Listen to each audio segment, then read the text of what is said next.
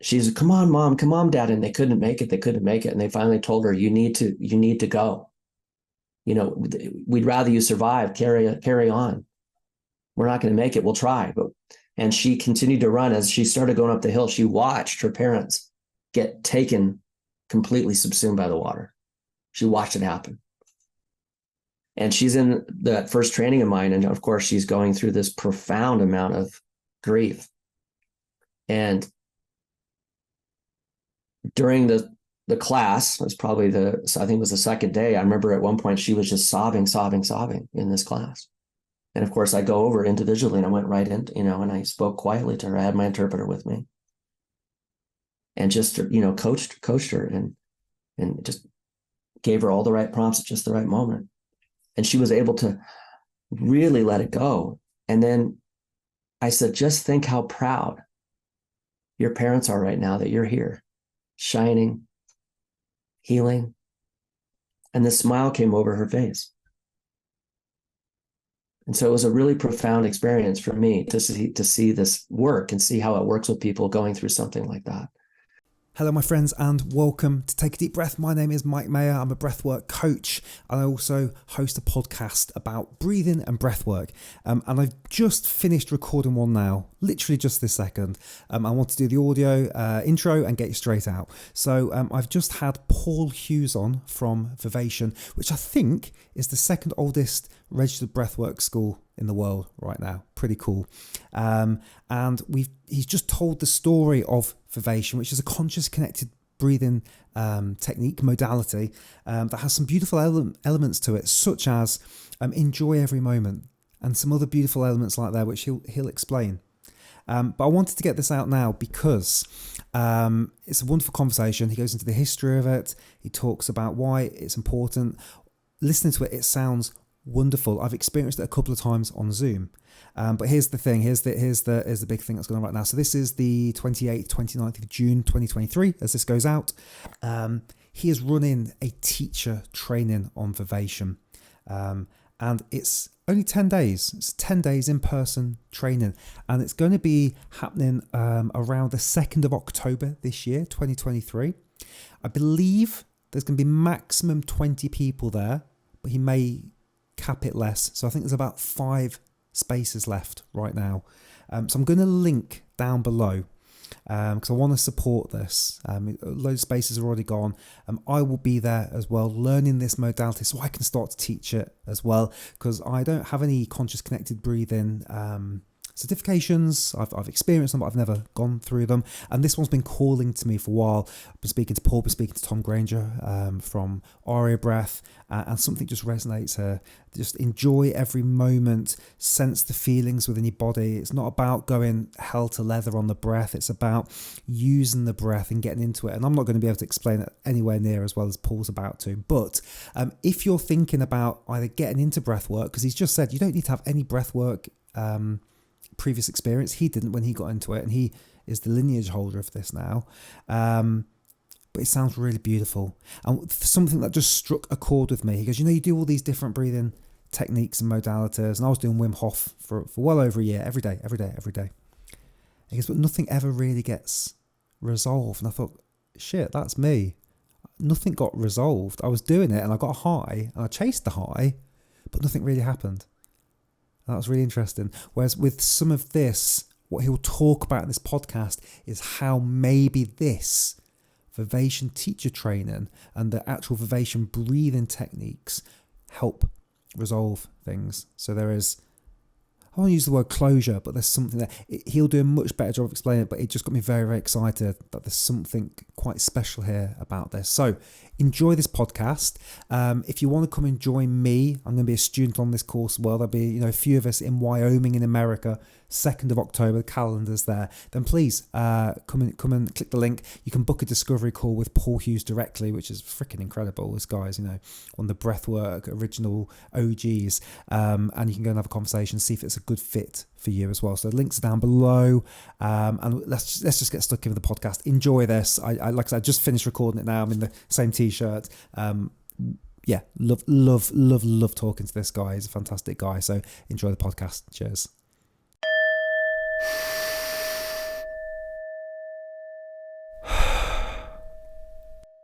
Mr. Paul Hughes, thank you so much for coming on the Take a Deep Breath podcast. It is an absolute pleasure to chat to you one-on-one. Before we get kicked off, how you feeling? How you doing? I'm doing great, Mike, and glad to be here. Yeah, really, really glad. Really. So I've been part of, I think, 2 or maybe even 3 talks with you now live. And I'm just really, I just want to like pick under the surface of all this Vivation, breathwork. I find you really interesting to listen to. I find Vivation fascinating. The way our mutual friend Tom Granger talks about it, it just resonates so well with me. And for full disclosure, people watching this right now, we'll talk about this throughout the podcast. There is some training coming up. So this podcast is going to go out in June 2023. In October this year, there will be some training which we'll talk about. There's only a few spaces left. I will be there, as will be Paul, and some other beautiful humans, but we'll get into that in all due course. So, Paul, I would love it. Maybe if you give us like a little bit of the backstory. What got you to be the man sitting where you are today? Where did you start, and how did you find this thing called the breath? Yeah, so my first experience with breathwork was when I was 17 in a yoga class. And this is in the mid 80s, which was, yoga was still fringe. You'd have to go to a hippie and like at a community center or something like that. This was at the community center. I remember doing the laying down after 90 minutes of moving my physical body around, and you go into Shavasana, and she had us do this deep breathing. Mm. And I went into total bliss. It was like, okay, wow, there's something to this breathing thing. So that was sort of my intro into breathwork. And then many years later, a friend of mine's mom was doing rebirthing, and I had never heard of it before. And so I went to her house and did a couple of sessions, and I was completely blown away by it. And I remember afterwards, after the second session, I told her, I said, hey, I'm going to go home and do this on my own. And she's like, no, you can't do that. And of course, me being me, I'm like, well, then I'm definitely going to go home and do it. So and so I went home and I did my level best to do this. And so, I mean, I'm all about sovereignty and autonomy. That's what it's all about. But I just wanted to be able to have this to be something that I could use anytime. A couple of years later, I was living in Huntington Beach. I was sort of a scrappy surf kid. I was working at Domino's of all things, and didn't have a lot of money. But I had already had enough experiences with the breath to see the power of it. And on the bookshelf was this book. This is 1991. And the book was Vivation, The Science of Enjoying All Your Life. And being a science sort of geek, I thought, okay, this warrants at least me putting my arm up and pulling the book off the shelf. Let's just take a look. And I open the book. I'm in 1 or 2 pages, and I see the breath is central. He's talking about circular breathing. And that just immediately opened up more and more. And so I just continued to read the book and said, okay, I'm going to buy this book. And it was absolutely life-changing. I mean, I remember reading it, and everything about the philosophy and about how it worked, and it just completely resonated with me. And it was all about autonomy. He said, the whole idea is you're learning how to do this for yourself so that you can efficiently and rapidly integrate any kind of, when we say integrate, heal, resolve any kind of negative emotion or experience. I was like, wow, okay. So that's kind of my introduction to it. I read the book. I didn't have a lot of money in those days. I remember calling up Phil Lout, who is a guy who wrote a very famous book at the time called Money is My Friend, who co-authored this book with Jim. And I called the 800 number and said, hey, I want to do the teacher training. I need a career. And of course, he's like, well, this is the price. It was just, I could way out of my price range. I thought, okay, well, maybe one day. The following year, I met my wife. We got married 2 years later. And life has a way of going in a different direction. You get a family, got into the corporate world, got to a point where I was making a lot of money in the corporate world, but was deeply unhappy with it. And so what happened is on the 2 days before Christmas in the year 2000, my wife and I came home and we saw smoke. And we opened the door and there's smoke everywhere in the home. And as we walk around, we're trying to, what is this? Did you leave the crock pot on or something? And it turns out there was a room that had basically caught fire, and then it sort of got exhausted because there's no oxygen in the room. And I made the mistake of opening that door, and it sort of almost exploded. And I ran out, called 911. That's our emergency services. And within an hour, our house was completely engulfed in flames. We lost absolutely everything. Wow. The only thing, we got our cat and our dog out. I managed to get a couple of things out of the garage before it was destroyed. Mm-hmm. And so it was a huge thing. And so a week later, I'm living in a hotel. The insurance is paying us to live in this scrappy hotel. And I get a call from my father, and he says, "Son, I know you just had this tragedy, and you know I've been having these digestive issues for a number of months. Well, it turns out I have pancreatic cancer, which, if you know, is pretty much a death sentence. So there's like a 4% survival rate." Mm-hmm. And he says, "Look, I had a long life, and I'm at peace with that." So I get that news. And then my employer of 7 years pulls a bunch of us aside about a week later and says, "Paul, I'm particularly sorry to tell you this, but we're laying you guys off." And this was a really good paying job of 6 figures, paid all the bills, let us live well. Mm. And I wasn't happy in the job. So I lost my house, my dad, and my job pretty much in 6 to 8 week period. And my wife is like, "Vivation. Oh, that's right. That's right." Now, at this point, I have some money aside. And Google was out. I go in, type Vivation, pull up the website. It looked like your typical horrible looking website from the late 90s. And it says Vivation teacher training. I'm like, what do you know? So I call the number, and Jim answers the phone. Yeah. And immediately he starts going on about, he's trying to sell it, like, of course. And so I'm like, no, you don't need to do this. I'm coming. He says, okay then. So I gave him my credit card information. I bought the ticket. And 2 weeks later, I'm down in Los Angeles at this 10-day training. But to be honest, I showed up a complete wreck. I was an emotional wreck, not only from the tragedies that were unfolding, but just being alive and just all the stuff that I went through. I mean, I was separated at birth from my birth mother. I was adopted into a beautiful home, but I had a lot of emotional problems growing up. Mm.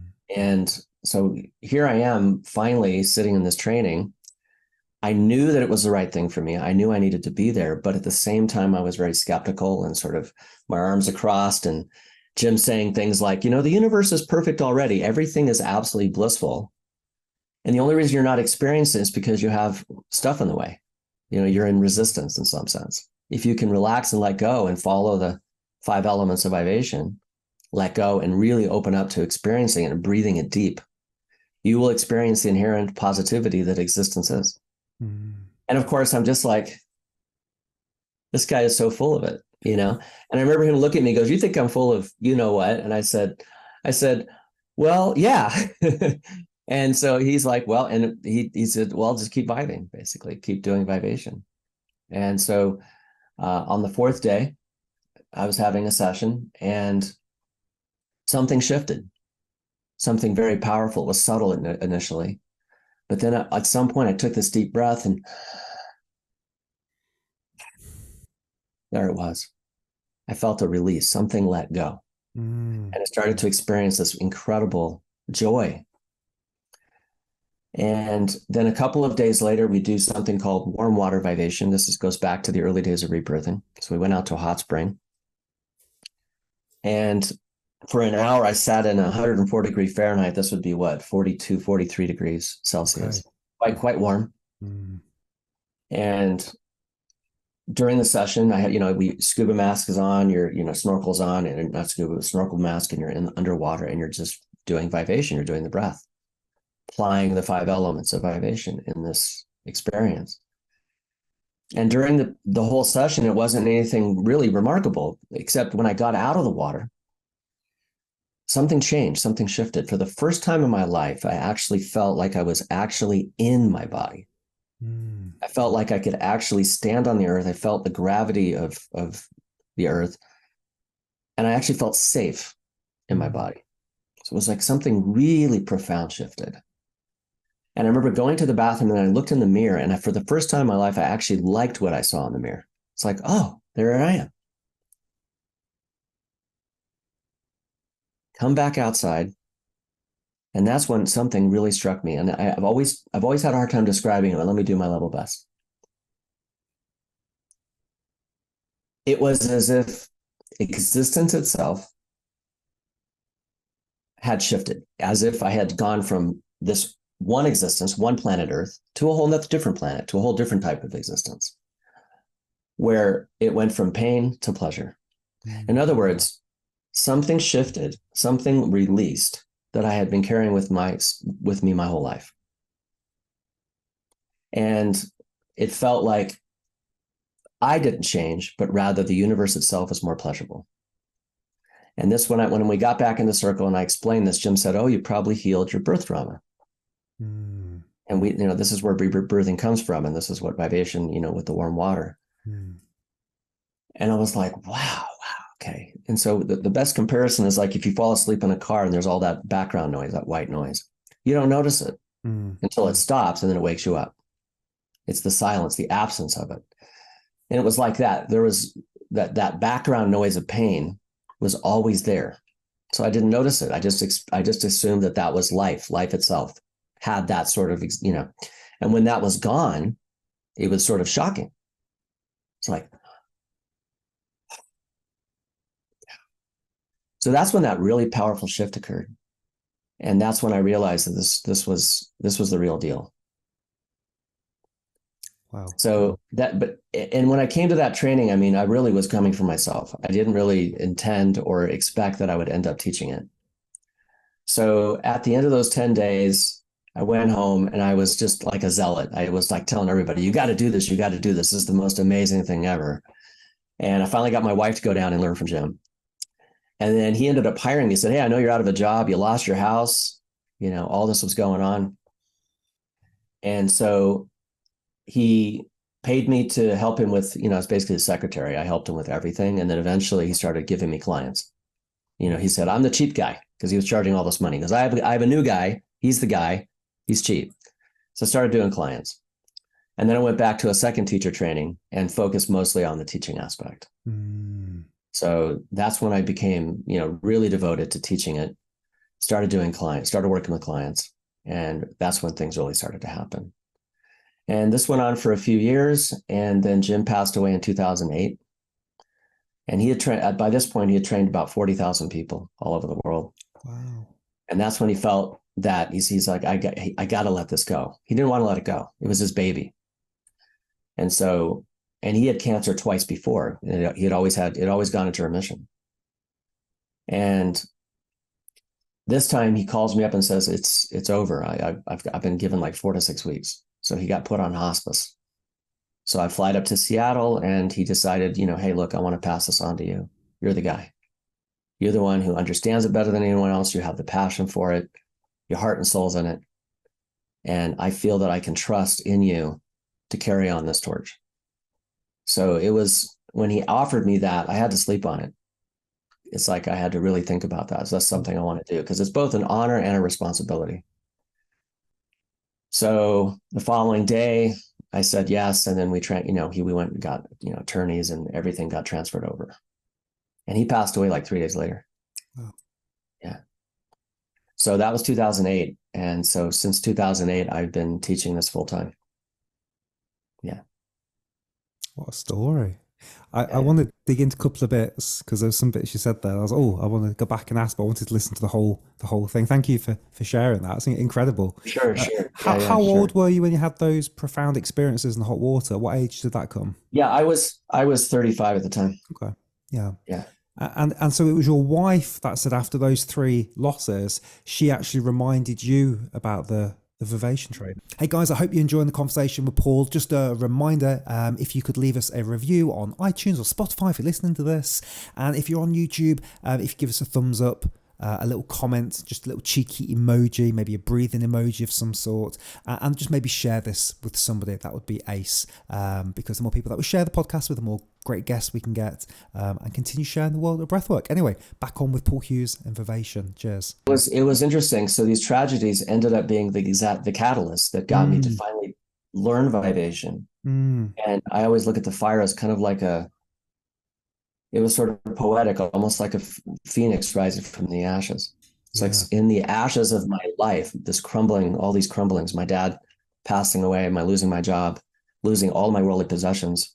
It sort of opened the door, opened the space for me to be open and receptive to something new. Yeah. So it primed me for going into this training to go down and do this teacher training with Jim. And so this really goes back to the core of what I always tell people: it's willingness. You know, it doesn't. This isn't something you have to be super skilled at. You don't have to be some kind of master meditator. If you show up with sincerity and you're willing, then this process works really well for you. You know, and people say, well, okay, I get it, willingness, but willingness to do what exactly? Willingness to feel the feeling as honestly as you can in that moment.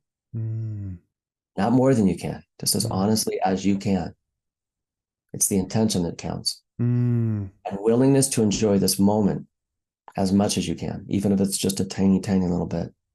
And there's something about that, just that willingness is enough to facilitate efficient healing. You know, and when I first went through the training, I mean, I knew this intellectually, it made sense, but it really didn't get hit home until like my fourth or fifth client. I had this guy from London, punk rocker, and he had come to the United States in 1981 with Billy Idol. And it was like 12 of them. They're like lower, working class blokes. And they all wanted to go to Los Angeles and try to break into the movie business. And all of them didn't do it except Billy Idol, of course. 20 years later, he's calling me up and says, hey, I want to learn Vivation. And my life is absolutely shite. You know, I'm working in construction and I don't have a lot of money. My beautiful California wife divorced me. My punk rock career went nowhere. I've been a lifelong alcoholic. I was a heroin addict. I smoke cannabis every day. I smoke 2-3 packs of cigarettes a day. So it's a chain smoker. And he couldn't afford Jim's prices. And Jim says, I have a guy, he's cheap. So I flew down to LA. He picks me up at the airport. He actually tells me, he says, I look like Tommy Lee Jones. And I'm like, okay, I'm trying to imagine a punk rocker looking like Tommy Lee Jones. And sure enough, he shows up and he absolutely looked exactly like Tommy Lee Jones. So we're driving back to the hotel where I'm going to be teaching him. And he's just chain smoking and driving like a maniac, running lights, basically. And we get there and we start the training. And I have him lay down, I have him close his eyes. And I say, okay, just begin slow, full circular breathing. And he jumps up like really fast. Says, wait, no, I need another cigarette. And keep in mind, he's had 5 already. So he goes out on the balcony. He's trying to load up on his nicotine. Comes back in. I said, are you ready? You ready? He goes, yeah, I'm ready. Part of me is going, this is it. This is the beginning and end of my career as a Vivation teacher. This guy's going to break me. I'm going to fail. It's going to fail him.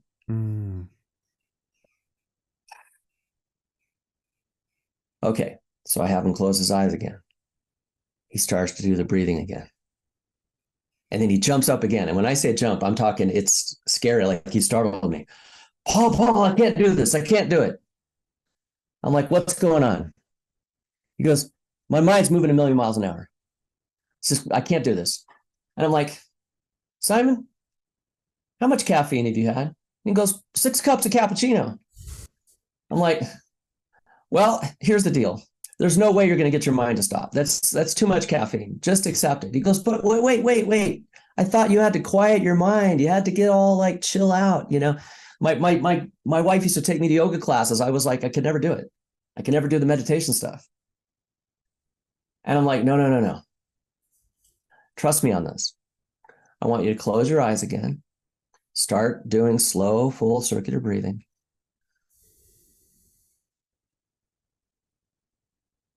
And I want you to notice what it feels like for your mind to move 1,000,000 miles an hour. And this is, I'll just imitate it. This is what his face did. He was like, oh. It's like, my head's in a vice. It's like it's being crushed. The pressure behind my eyes is intense. I said, okay, just close your eyes again. Relax as much as you can. And just feel that. Feel what it feels like for your mind to be moving 1,000,000 miles an hour. So he goes back, he closes his eyes again.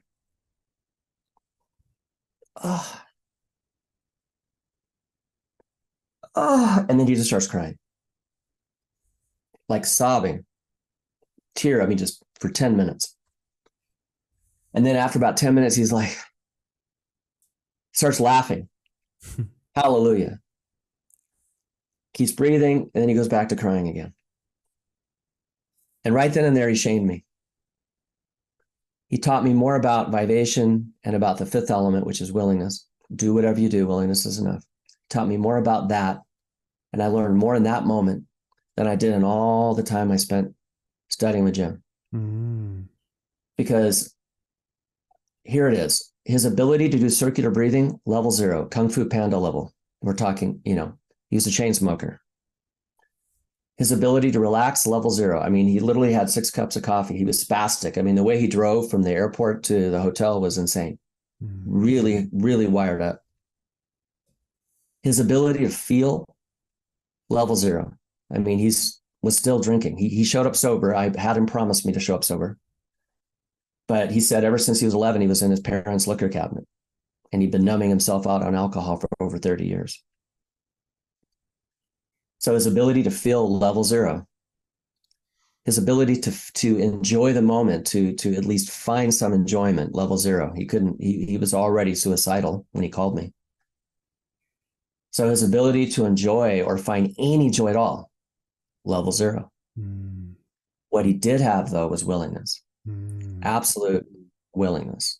Willingness to feel the feeling as much as he could in that moment. Willingness to enjoy the moment as much as he could in that moment. And that was enough for him to finally start to let go. So he was feeling more than he had ever felt in 30 plus years. And he was starting to slowly but surely enjoying that moment more than he had ever done in 30 years.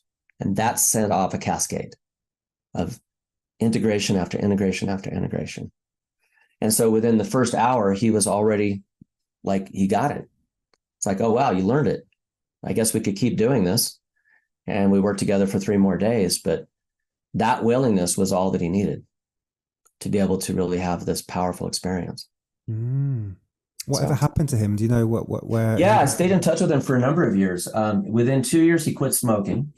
And I showed him how. He says, how do I use this to quit smoking? I said, here's how you do it. Next time you get an urge, take 5 minutes and do Vivation instead, just for 5 minutes. And you're going to have a lot of feelings come up. I'm guessing anger, frustration, anxiety, whatever. And I just want you to take 5 minutes before you grab that cigarette and relax and surrender. Be gentle and patient and kind with yourself in the presence of whatever feelings come up. Enjoy them as much as you can. Feel them as honestly as you can. Let go of any resistance. Don't judge yourself. Just be present with it. And what happens, of course, is you start to integrate the very feelings that are driving you to smoke in the first place. So he now had a strategy to take Vivation and through titration, overcome smoking. So he stopped drinking almost immediately. He said that within 3 months, he was no longer drinking. But 2 years it took him to quit smoking, but he stopped quitting. He stopped smoking, he quit. And I ended up staying in touch with him maybe 5 years. He ended up leaving California and started his own construction business and got his life back. Beautiful. So, yeah. Wow.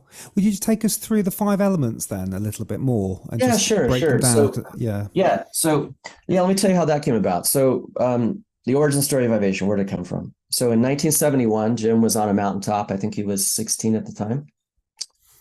And he was already into yoga and all that kind of stuff.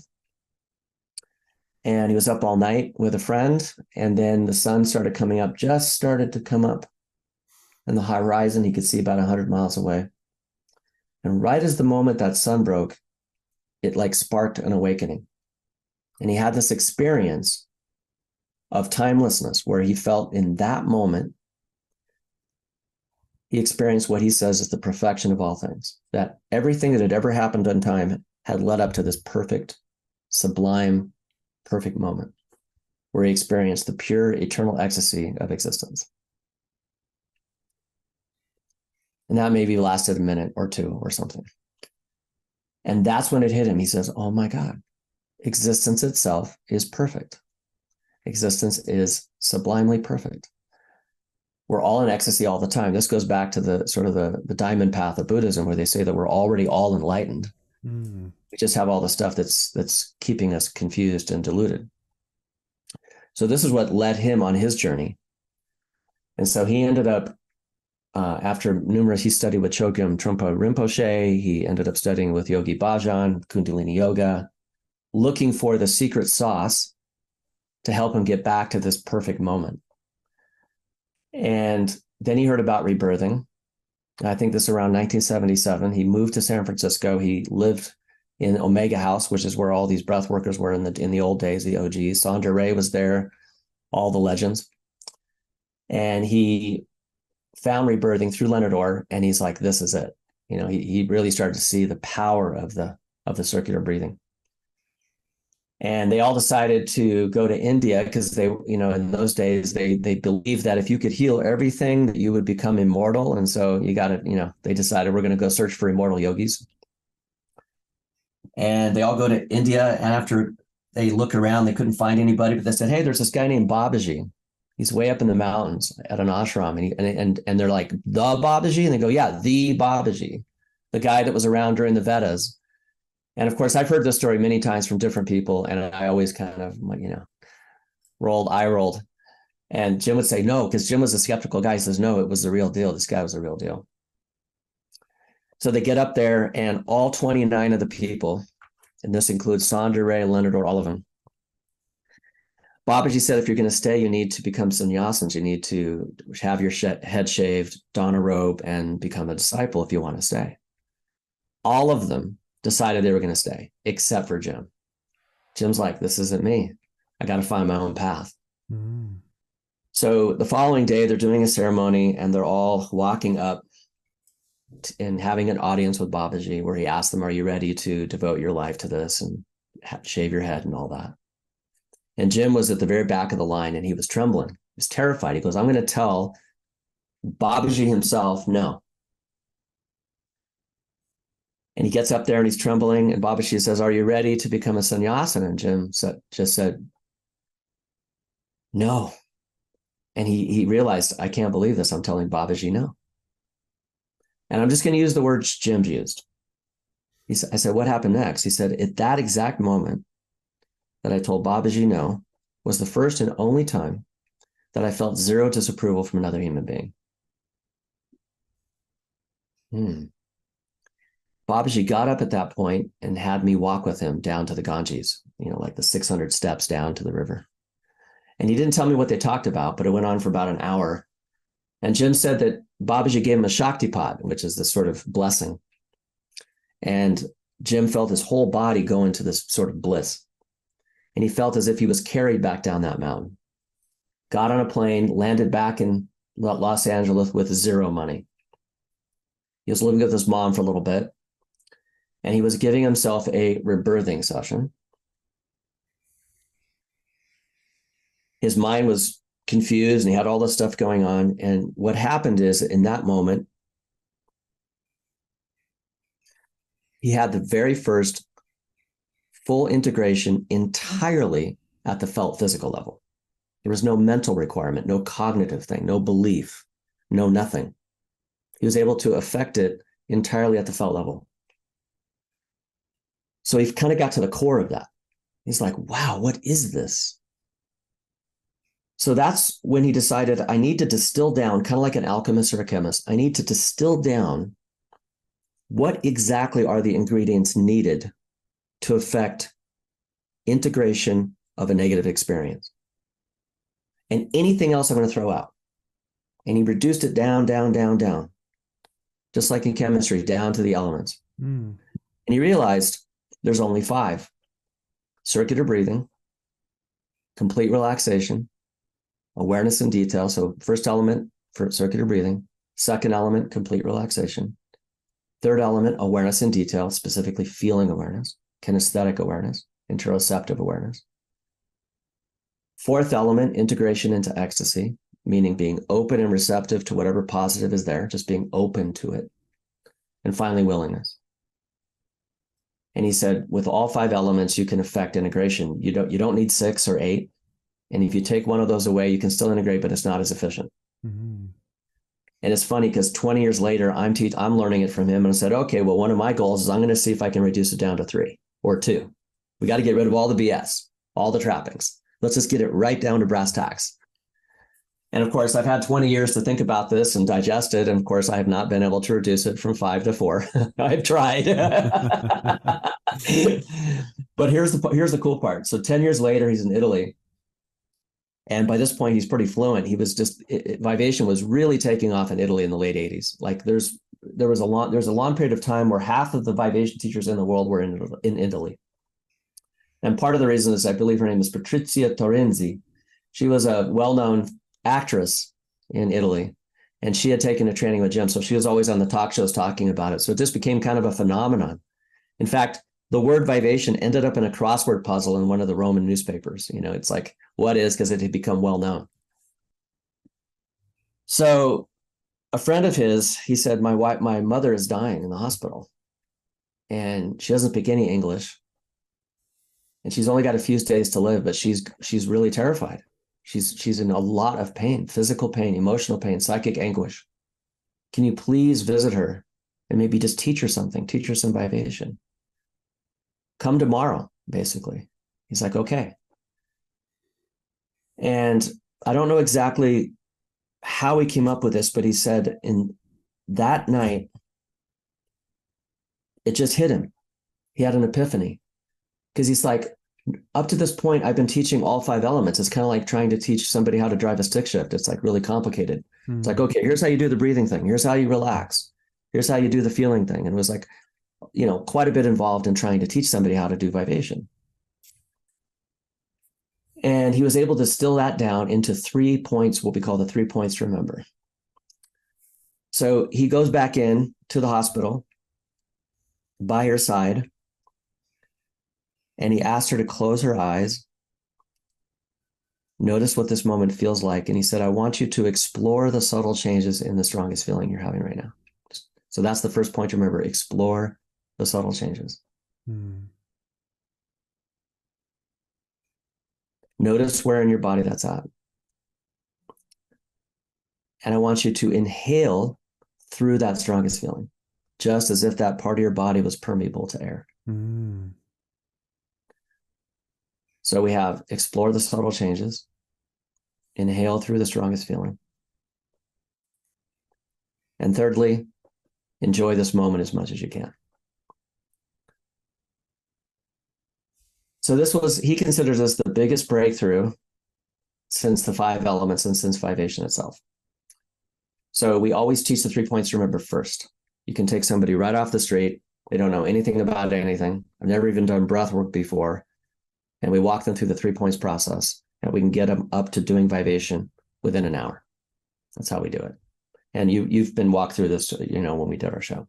Yeah.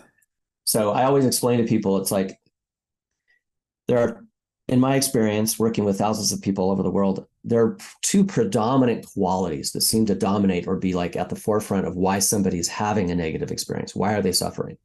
It's like saying, I'm suffering, or I really feel bad right now. And one of the qualities is that we've noticed is one of the main contributors to a feeling or perception of suffering or negativity is the perception of stuckness, that the feeling itself is stuck. It's like it's got its claws in you. And the first point to remember helps us cut through that delusion, because if we can tune the feeling in well enough to notice the subtle changes, then the stuckness dissipates. It's like we see through the mirage, and we start to see that the feeling is always changing subtly, moment to moment to moment. And so now one of the big contributors to negativity is now dissipated. Another quality that seems to be very common for most people when they have an experience of negativity is density or weight or solidity or heaviness. It's like, I'm feeling heavy. That's a common thing. Oh, I'm feeling really heavy.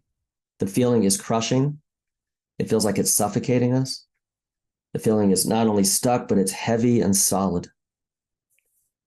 And this is where the second point to remember comes in. When we inhale through that feeling, that strongest feeling, we're reminding ourselves that the feeling itself is actually permeable to air. It's actually spacious.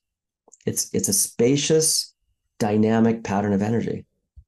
And in fact, it's a spacious and luminous pattern of energy. And this is where the third point to remember comes in. Enjoy this moment as much as you can. So when you're in a state of suffering, when you can tune the feeling in well enough to notice the subtle changes, you've now cut through the delusion of stuckness, and that dissipates. If you inhale through the strongest feeling, you've cut through the delusion or misperception that it's solid or heavy, and the solidity aspect dissipates. And then it opens up into luminosity and radiance and bliss. So I was like, wow, okay, that's a tough act to follow. So Jim came up with the 3 points to remember. So we got the 5 elements, and there's the 3 points.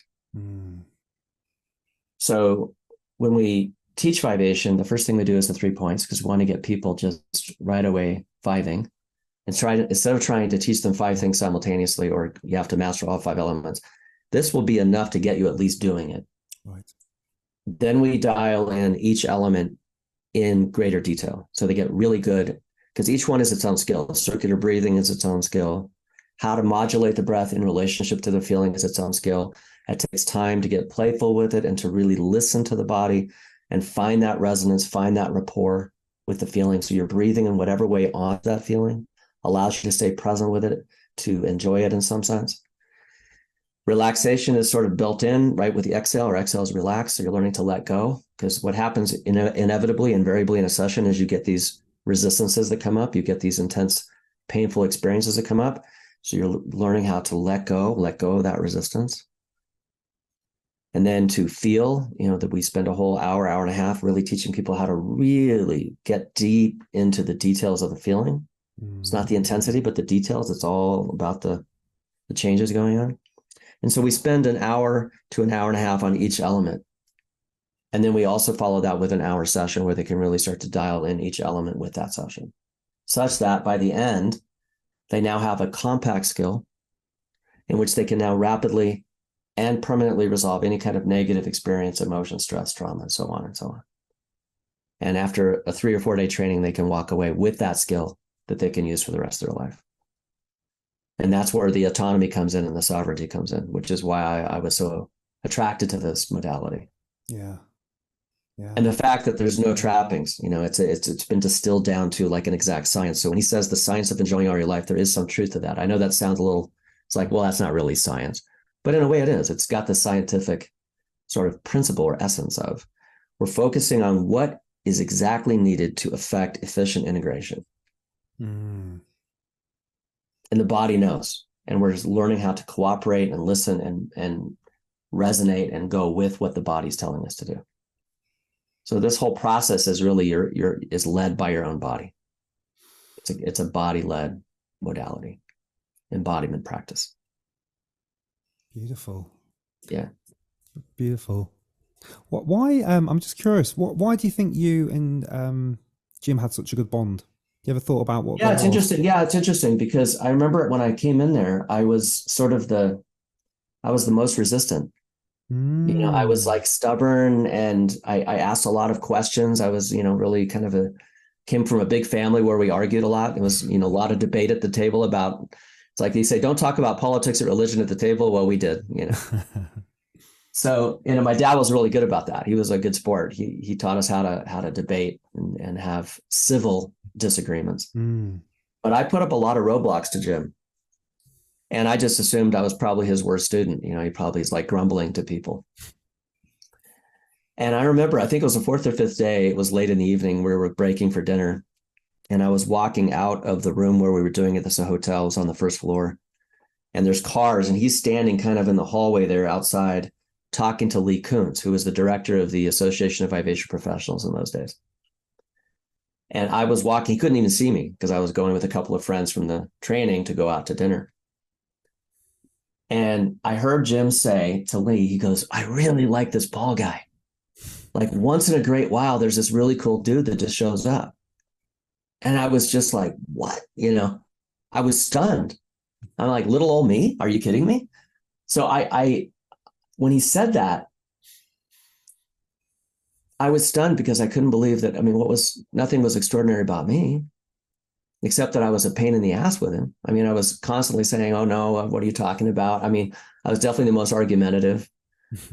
And I think he liked that. I think he liked the fact that I didn't just take it at face value, Mm, that I really, truly wanted to understand, you know, that this actually works and really understand all the finer points. mm, He appreciated that. mm, And it paid off because I remember by the fourth or fifth day, I was having integration after integration. I mean, it was really working for me. And it was because up to that point in my life, everything I'd ever tried didn't work. I always felt like, okay, I just had this breathwork session. I feel really great. And then a week later, I'm back to being miserable again, mm, and having what seemed like the same basic emotional problems, the same bad habits, the same dysfunctional ways of relating. It's like it just seemed to have the same, neurotic, emotional core wounding. And I had tried everything: rebirthing, holotropic, yoga. I mean, at this point, what was available, nothing worked, therapy. And here by the fourth or fifth day of a Vivation training, I was actually feeling this stuff finally resolve, like forever. And then having that huge integration that occurred in the warm water. Because ever since then, I felt that way. I felt everything's felt lighter. I just more buoyant. That pain that was there for my entire life up to 35 years old has never returned. So I look at Vivation as there's a before and there's an after. It was a pivotal, fundamental shift that occurred. And so I continued to Vive, and we stayed in touch, and then he hired me, and he saw my enthusiasm and my passion. And he saw me teach, and I helped him co-teach some workshops.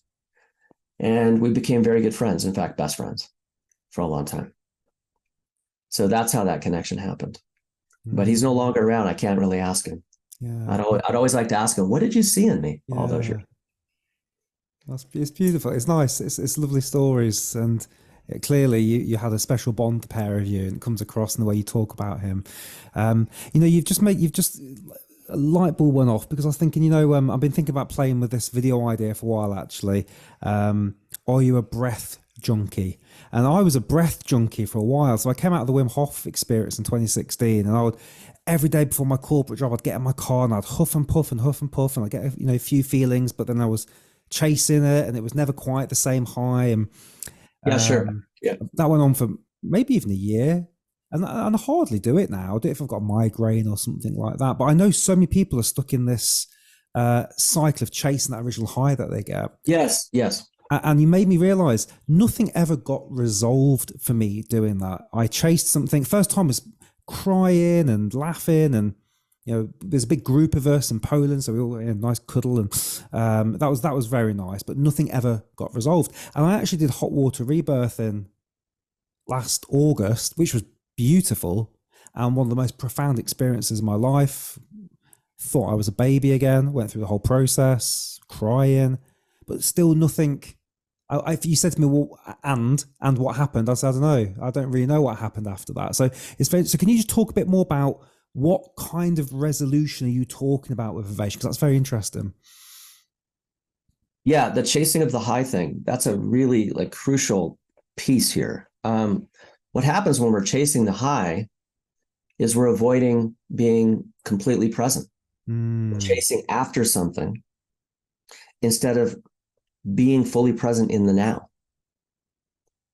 And so that chase keeps us from being fully embodied in the present moment. The irony of it is when we let go of the chase, when we let go of the attachment of seeking that high and just surrender into the present moment as it already is, because the present moment is already enjoyable. You don't have to chase after it. It's right here. And the reason you're chasing after it is because you don't like the way you feel right now. So you're trying to do something to feel better. You're trying to force it. You say, okay, if I can get high enough on the oxygen, or if I can do this or this or this, maybe I'll start feeling better. And you might get another experience. You might get high again, sure, but it doesn't result ultimately in anything. It's ephemeral.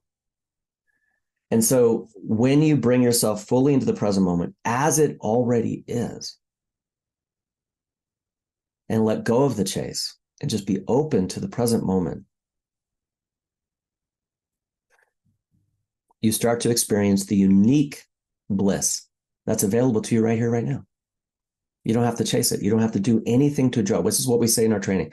You don't have to do anything to enjoy a feeling, because the feeling itself is already enjoyable. The only reason you're having a negative experience is not the feeling itself, but your resistance to it. The example I always like to use, so when we integrate a feeling, the feeling itself doesn't change. Our relationship to it changes. We go from a state of resistance to a state of acceptance, relaxation. So one of my favorite examples, because it's just so obvious, is you look at two people on a roller coaster. And it's usually like, say, a husband and wife. And one of the partners is basically forced the other person to get on that darn roller coaster. And there's probably YouTube videos where they show the POV of the people on the roller coaster. And the husband's got his hands up going, this is the best thing ever. And his wife is literally like terrified. I can't believe this son of a gun forced me on this damn roller coaster. And the roller coaster starts going up and she's going through this absolutely horrific, terrifying experience. And you can see it in her body. She's literally resisting like this. But what happens oftentimes in a roller coaster is the very nature of the way they're designed. And I don't know, maybe they just somehow figured this out over a century of roller coasters. Between all the momentum shifts and the ups and downs, you can't hold on. At some point, it sort of breaks you. You have no choice but to sort of surrender to the experience. And if you watch people on these videos, they'll start out like this, but then, and then they're forced to take a deep breath, and then they go, whoa, and then their hands go up. And they like think this is the best thing ever. What changed? The experience didn't change. All that activated energy didn't change. What changed is they went from resistance to embrace. They let go of fighting the experience and just allowed the experience to happen. And what happens is that irrational fear always integrates into excitement. And you can see this in any type of irrational fear situation. So when somebody gets up on stage, stage fright is a common, reaction. But when you look at somebody on stage, they're either in some manner or another going through a type of stage fright, or they're super excited. You look at a seasoned performer and they're like, hey, I'm so excited to be here. Yay, how's it going, everybody? It's the same pattern of energy that's getting activated for both the seasoned performer and the person who's terrified. The only difference is one's let go and relaxed and embraced it, made peace with it. The other person's fighting it. But the feeling itself is excitement. And when you resist it, you experience anxiety. That's true for all emotions. So for sadness, if you resist sadness, or if you resist the grief process, you experience the sadness. When you can relax into it and allow it to unfold, the sadness integrates into joy. And again, the feeling itself it integrates into gratitude. And so gratitude is all there. If we didn't have all this gratitude for that particular person, let's say, like my dad, you wouldn't feel all that sadness. And so what happens is when you can relax in the presence of sadness, the crying happens naturally, the sobbing happens naturally, the grieving process can now happen without encumbrances, without resistance. And what happens invariably is it integrates into gratitude. And you feel all this gratitude and this love for that very person that you've lost or in the process of losing. And this is what happened with my dad. This is like the important part of that story is my dad was still alive when I had completed the training.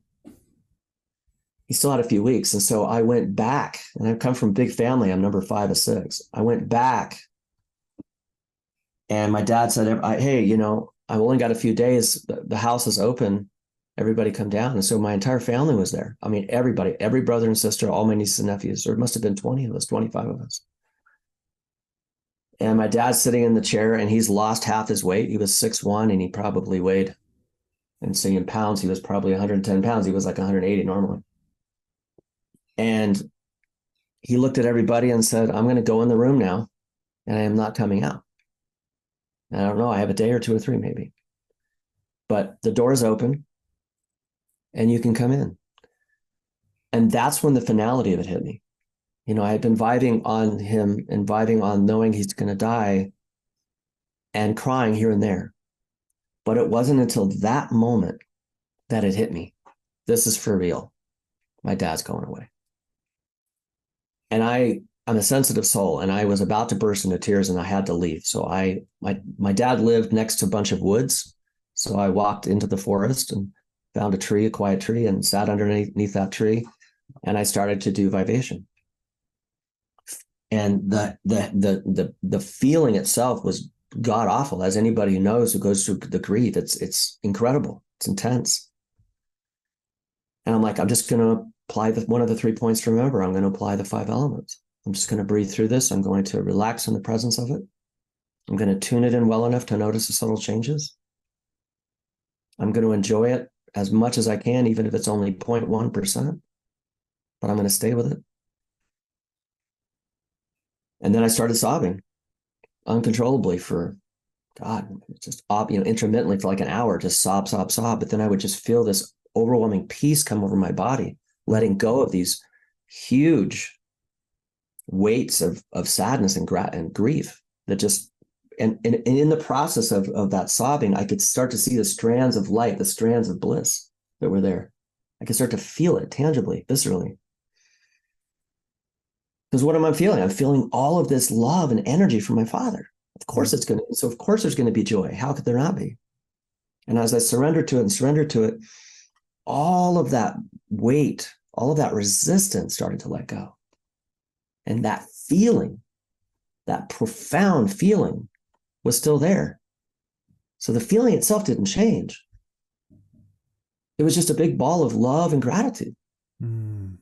And when I had let go of all that resistance and cried it out, I walked down the mountain and I went to my dad's door and there was nobody in. And I remember going in to see him. Hey, son. And I went up to him and I grabbed his hand and held it. And we had some unfinished business, I think, as most people do with their parents. We had some unfinished business, things that maybe some hard feelings, or maybe all the things that I should have told him, or how much I should have told him I loved him, and gratitude, all that. A lot of things were unsaid. And so when I was there, it was pure. It was like just pure. There was none of that there. And so it was just like full, open, transparent, heart to heart. And I was able to share with him all of that love that I was feeling, purely, cleanly, clearly,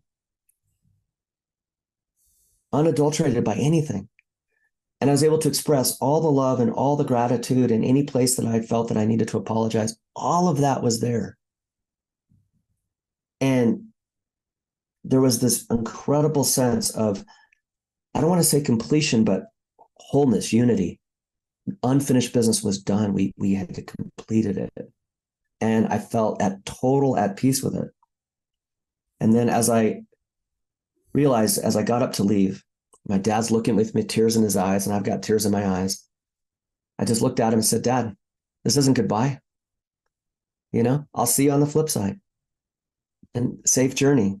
And you could see in him, there was a tremendous amount of peace. Because I'm sure you've heard stories where people, when they're dying, they hang on for a while sometimes.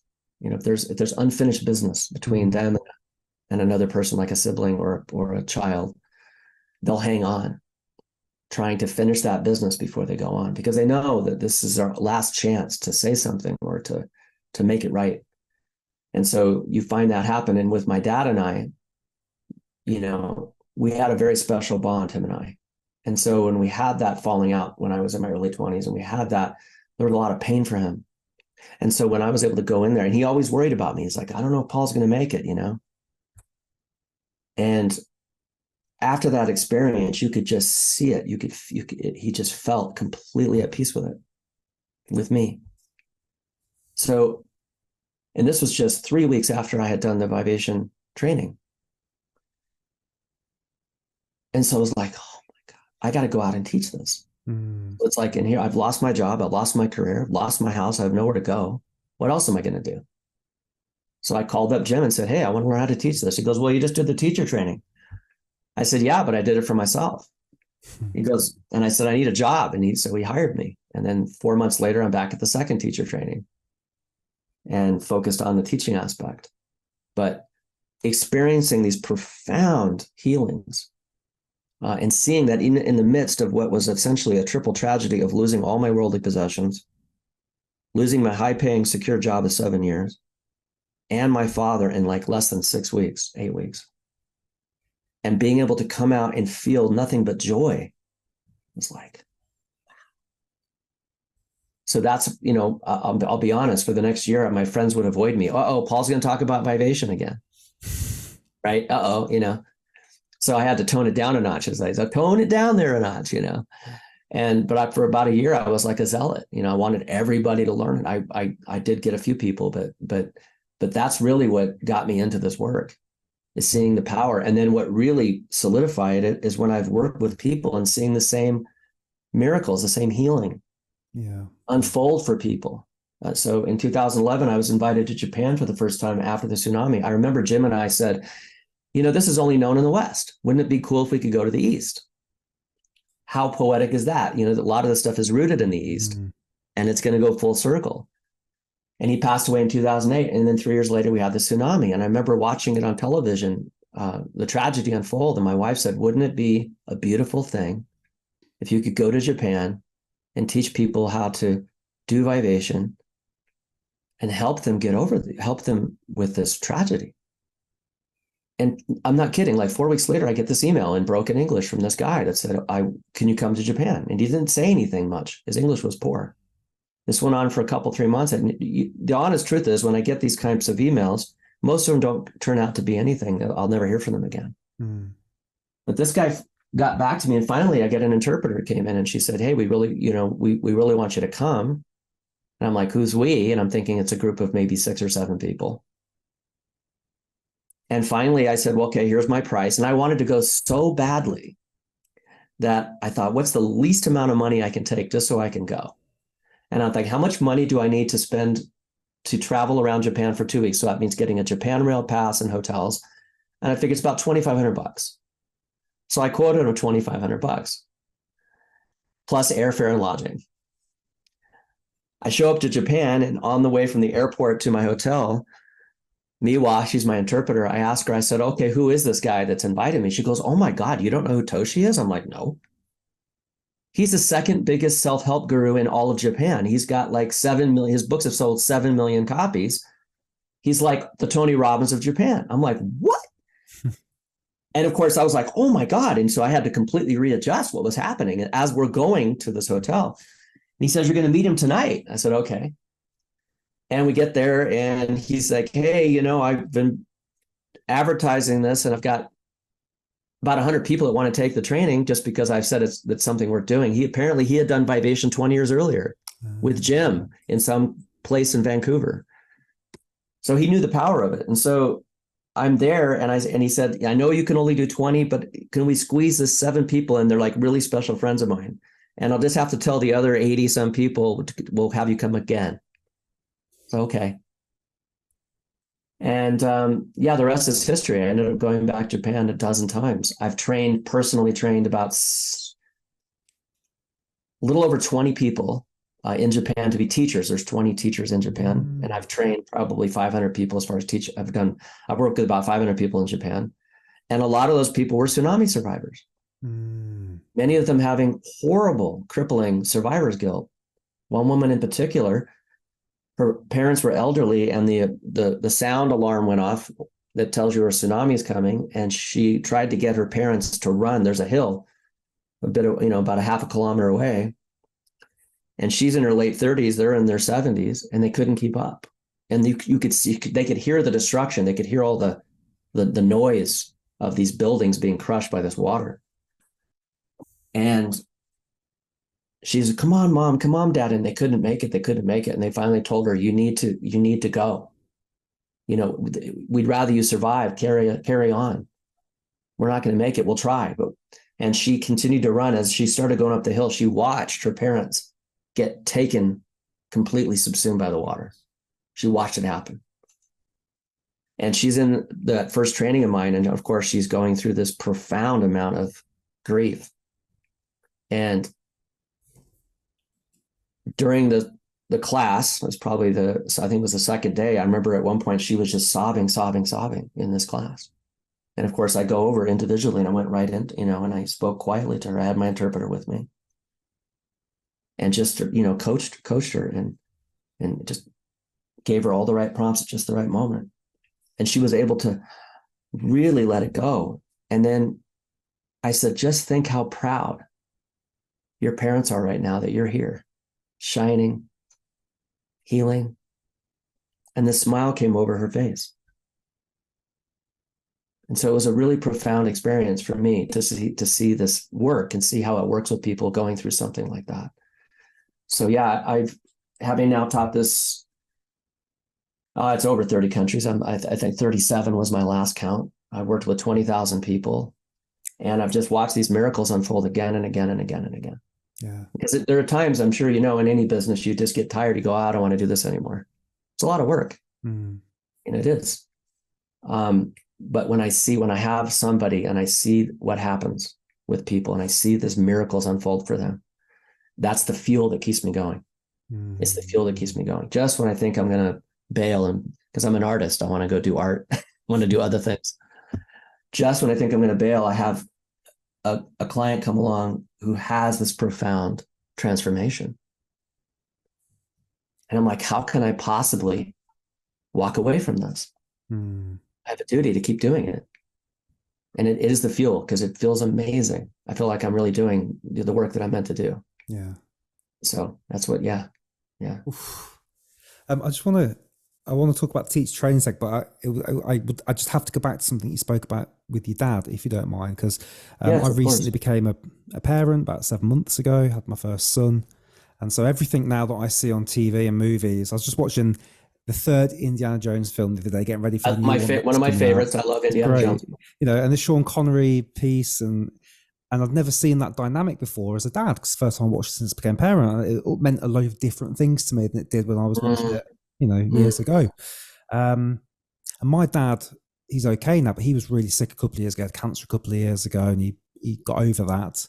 But it did bring some stuff up, parents passing on, and then me being a parent now. And any advice or wisdom you can give around being a man and the awkwardness of sharing our emotions, and the second piece is so struggling to share our emotions and the awkwardness of that. How do we get over because, I can see myself in a position where you go to someone's deathbed and you just have to get it all out and have that conversation. But is there stuff that we could be doing now? Because I would love to go and have some of these more deep conversations with people, but it's just, we don't do that here. We don't share those sorts of thoughts and feelings, even though inside we should. So I'd just love to get your thoughts on some of that, if you don't mind. Yeah, well, let's get down to brass tacks. So my father was a World War II veteran. And so he was over 40 when I was born. I mean, he went through hell. I mean, he didn't know, most people don't know this, but both World War I and II were very unpopular with Americans. Americans didn't want to be in the war. My dad graduated high school, walked off, got his diploma, walked down. The Marine Corps says, "You're ours." 3 months later, he's in Okinawa getting bombed. People were suicide bombers jumping off cliffs, trying to blow him up.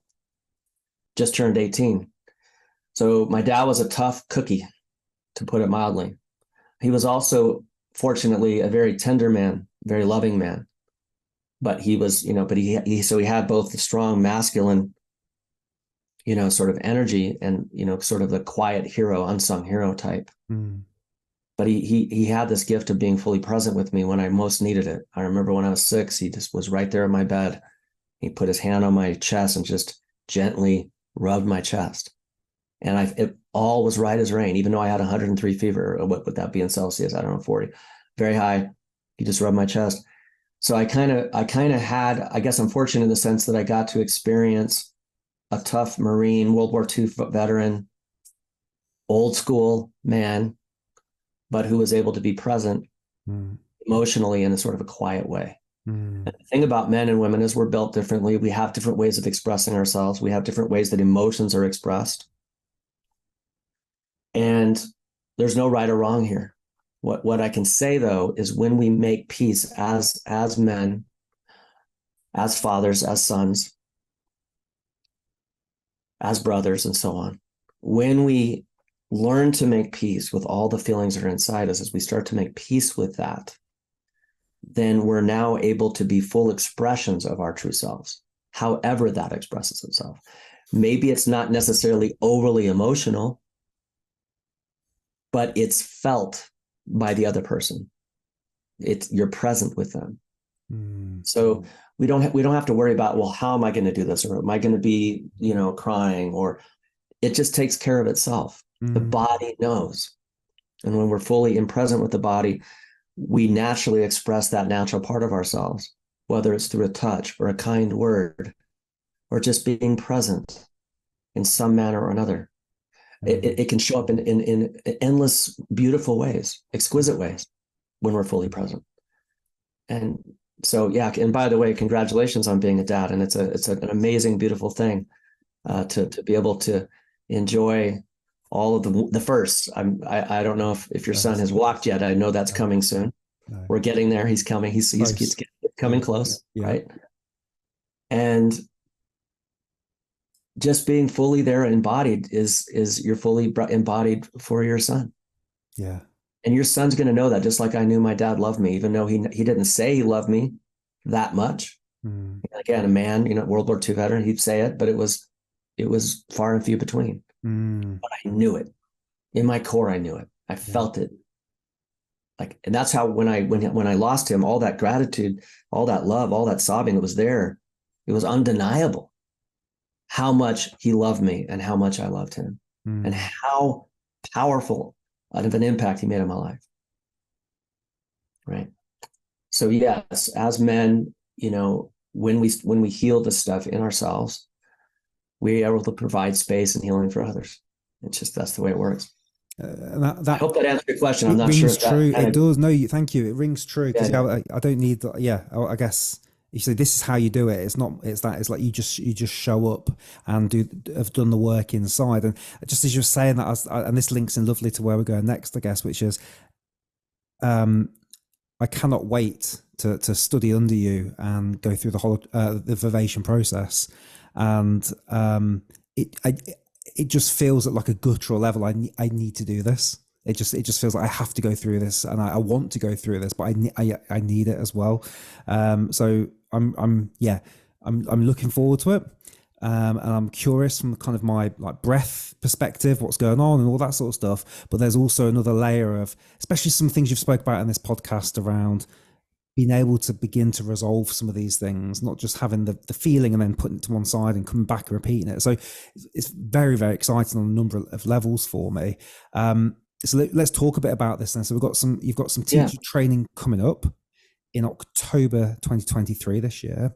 What should people expect? What's it going to look like? I know there's only a few spaces left on this one, but I'm sure you'll be doing some more after this. So if you just give us a bit of a view of it. So people can show up to this having never done breath work in their whole life. Okay. Sort of like me. I mean, well, of course I had some breath work. So when people show up, the very first thing we're going to do is guide people through the 3-day, 7 basic lessons, where each step, each lesson builds on the next, to the point where at the end of those 3 days, you have autonomy with the skill, emotional autonomy. You're able to, in yourself, by yourself, efficiently integrate, heal, resolve any negative emotion and stress experience, et cetera, et cetera. And hopefully by the end of that 3 days, that practice, that process is now self-sustaining, self-fueling. Jim used to say that if somebody can get to the point where their efficiency of integration is about once per minute, and again, he's just spitballing here, but about once per minute, the process is self-sustaining, because now you see it. You're moving. You realize that suffering is optional, and now it's like, in this moment, I'm having this experience. I can either resist it and continue to prolong the agony and the negativity, or I can relax in the presence of it, let go, feel, enjoy all the things we talked about, and get to a place of resolution. You're going from a path of resistance to a path of least resistance, to the path of no resistance, where things become effortless. And so it comes a point where you can't imagine not doing it, and where you realize and it becomes a part of you. It becomes part of what you do in your life every day. and it doesn't have to be all the time, but it's just like here and there, okay, look, I have something going on. Boom. It just spontaneously happens. You don't have to think about it. You just do it. It just becomes part of how you are. You're learning to breathe in terms of the circular breathing. You're learning to breathe in whatever way just honors and feels right in that moment. There's no right or wrong here. Just, okay, you just do it. And so Jim used to say that all the elements essentially become automatic except for the third one, because that's the present moment itself. And so that part we have to pay attention. We have to show up. But everything else becomes automatic, just like driving a stick shift. First it's like the clutch and the stick, and then your dad's yelling at you because you're not paying attention to the road while you're trying to get the stick shift and the clutch to work. But after a few months, you just drive around the countryside, you don't even think about it. You can just move from gear 1 to 2 to 3, no problem. It's a similar thing that happens when people learn how to do this. And so that's what we're going to do in the first 3 days. Mm-hmm. And that's going to include 4 eyes closed sessions, full 1 hour, deep dive, deep sessions where people can really go in and have those experiences.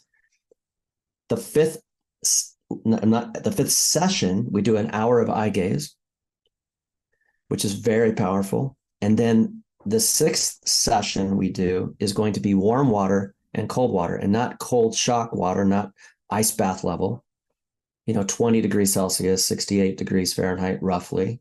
But we're going to be going from hot, 42, 43, 44, 45, into 20 degrees, which is psychologically shocking, but not physically shocking. And because you have Vivation now as a tool, you can efficiently go through that experience, kind of like a sweat lodge. And that experience is often the very thing that has people have that full experience. They have the full, call it an initiation, rite of passage, baptism. There's many different traditions that have words for this type of experience, but it often can be one of the most powerful experiences that people have in their lives, is to go through this hot and cold thing that I've refined and polished over many, many years. So we do that on the 3rd day. And then lastly, we go out into public. We'll go to the hardware store or the grocery store. We'll all go out as a group, and we'll see that you can do Vivation while you're out in public. Because when people think of conscious connected breath, they think of people writhing in agony on the floor. And it's like, no. That's because your practice now, because your skill with this is so efficient, you can integrate stuff as it's coming up while you're in public in the grocery store. Not a problem. Yeah, your practice is going to be different. You're probably not going to do the faster and fuller breathing that you sometimes feel you need to do when you're lying down, but you'll do what you need to do in the moment, because that's the moment. And so it's always the right thing. So that's what we do the first 3 days. And then the 4th day, we get together for a little community eye gaze discussion in the morning, but the rest of the day is sort of a day off for people to kind of integrate what they just went through, process it. I'll have everybody reread the book, kind of revisit the book, start looking at the paper, the study materials, and then in preparation for the next day, day 5, where we go into the actual teacher training itself. Mornings are dedicated to the theory, learning how to teach it, learning how to explain it, the pedagogy, learning all of the finer points of this practice and about the philosophy of it and how it actually works, so that anytime a person asks you a question, well, what about this? You have an answer. You can explain it in clear, understandable, believable terms that make sense to that person. That's what we do in the mornings. Afternoons, we're going to learn how to facilitate sessions. So everybody will be pairing up. Each person will be giving the other person a session, and they'll be doing that in the presence of me and a couple of other teachers that are 2 of the most gifted teachers in the world today. And they're going to be there as well. And we'll be there to, as you're coaching, I'll be able to whisper in your ear, try this, try that. Or people can watch me. I'll go in and maybe say a few things. And so people learn the subtle science, the subtleties, and the nuances of how to really be a good coach, and when to say something and when not to say something. That's even more important, because what we're trying to do is we're learning sort of how to remove ourselves ultimately and allow this process to unfold for that person. So our coaching becomes delicate. Like the idea is to the whole goal is to get that to the point where the person is fully autonomous. I always think of it like my dad. When I was 5, he was trying to teach me how to ride a bike, and I'd cry and I didn't like it, and I kept falling and had training wheels. And he gets on the bike and he keeps pushing and pushing. You're doing it. You go, go, go. And I'm furiously bicycling. And then I look back and my dad's like 200 meters back. And I was like, what? It was like a shock. Like he Columboed me, he tricked me into riding my bicycle. The story, I can't ride a bicycle, was gone. So this is kind of what we do with Vivation. The idea is we're coaxing, coaching, supporting, facilitating people's autonomy to the point where they can do this on their own efficiently. And so there's an art to that. And it's really hard to explain in words. You have to just be there and be with that person. And when you come here to Wyoming, when we're in sessions working with people, you'll see all that beautiful, exquisite nuance that's involved in doing that. And then evenings are a little bit more playful. We'll be doing a lot of interactive stuff. We're going to be talking about the business aspects of it and marketing. I know a lot of people, that's one of their biggest challenges. Like, hey, okay, I've got this breathwork certification. I'm a Vivation teacher now. How in the heck do I get out there and make a living at it? So we do talk a lot about that. We do some role playing.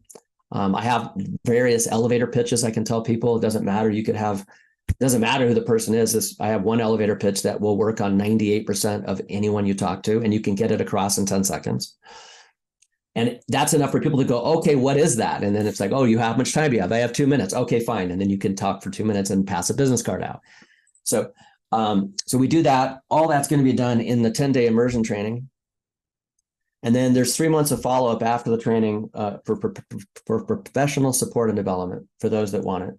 We all get together. It's like a reunion of the class. We get together and we have homework assignments. The first month is we ask you to go out and teach the 7 basic lessons to someone, family member, a friend, grab somebody off the street, doesn't matter. It's not about getting paid. It's just getting the practice of teaching it.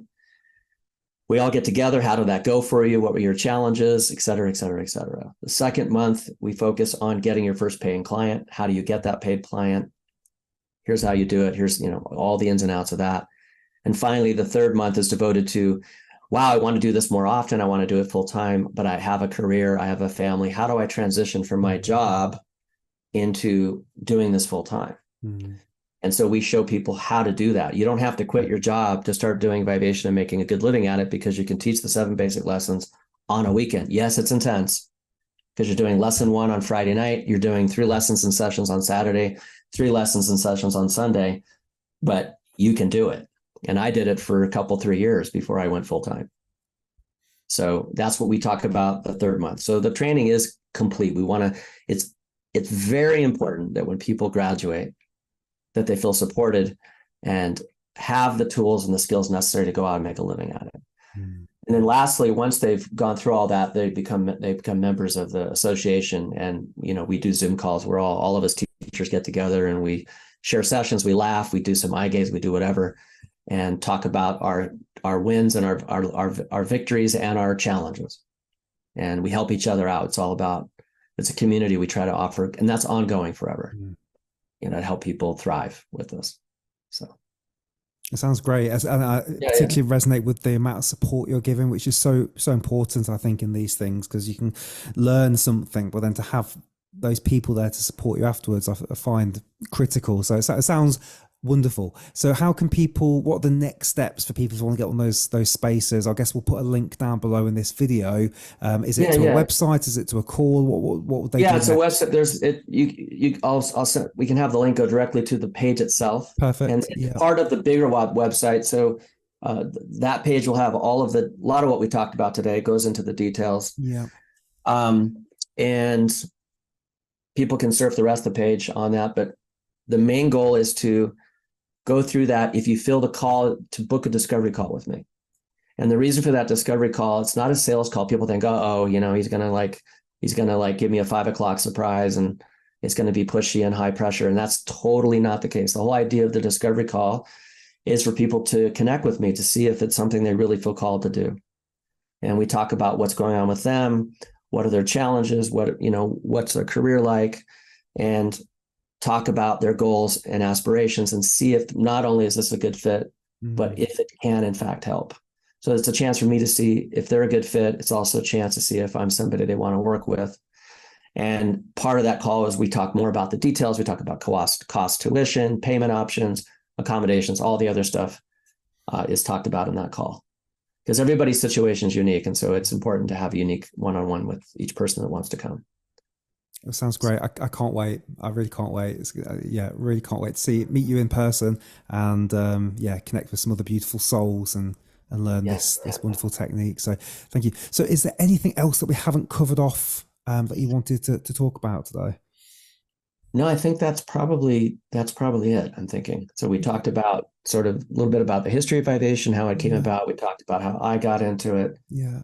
Talked about a little bit how it works, what I've seen in both in myself and other people, and the teacher training. So I think we've checked off all the marks. Perfect. Perfect. Well, I've got one last question. I normally ask a couple of, in fact, I'll ask them all. I've got 3 questions for you. These are like fire, silly, cheesy radio questions. But what book would you recommend to people? I would recommend Vivation, The Skill of Happiness. You can get it on Amazon. It's available on Kindle. That would be one. The other one is the second book is Vivation, The Science of Enjoying Our Life. Now that's the book that I read first. That was the first published book. Came out in 82 originally, republished in 91. But the easiest, quickest way to read about it is Vivation, The Skill of Happiness, which can be read in about 3 to 4 hours. It's Okay. very breezy. It's a very breezy book. Beautiful. Fun I'll book. try and find them on Amazon and link them down there for people so they can just click and get them. Yeah. I think I know the answer to this one, but you get stuck on a desert island. You can only bring one breathing technique with you, Paul. Which breathing technique are you bringing with you? Well, for me, it's Vivation for sure. Yeah. But I'm gonna, in just concession, there's several others that I really enjoy as well, obviously. And so, in my breathwork toolkit, I like coherent breathing, for example, Yeah. a lot. Yes. And sometimes, you got a couple of minutes. Box breathing is always fun, right? Yeah. There's all these. That's the beauty of breathwork. They all have their place. Yeah. They all have their place, and there's a lot of great techniques. But yeah, if I only could bring one. So yeah. It's good. It's good that I like you gave a second. Yeah, coherence is definitely one of my favorites as well. And Yeah, I like sure. how you use the word toolkit there. I like to use that word. Like, what's the right tool for the right thing we're trying to solve here? Right. Yeah, beautiful. And last one. This is your interpretation now. How would you interpret or define, or what's the meaning of this thing we call breath work from your perspective? I think its roots go really deep. If you look at the word respiration and the word inspiration, they're the same.